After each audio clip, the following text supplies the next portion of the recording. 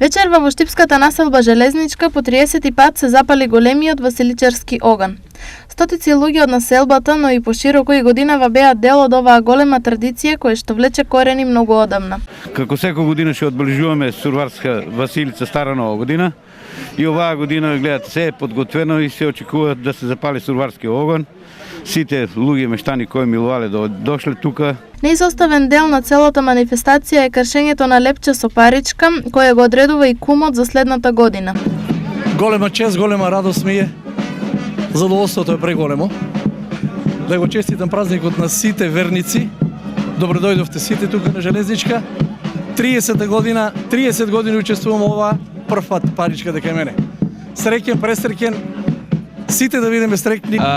На новиот кум, свечено ќе му предадеме кумството, му посакувам многу здравје и успех во годината што престои. Меѓу гостите беше и градоначалникот на градот Штип Иван Јорданов. Во духот на христијанската традиција вечерва го запаливме василичарскиот оган во населба Железничка.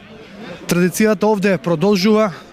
Посакувам многу здравје и берекет на сите жители на нашиот град, да следните години бидат години на развој, да се гледаме за убави работи, на вакви настини на кои што ја продолжуваме традицијата.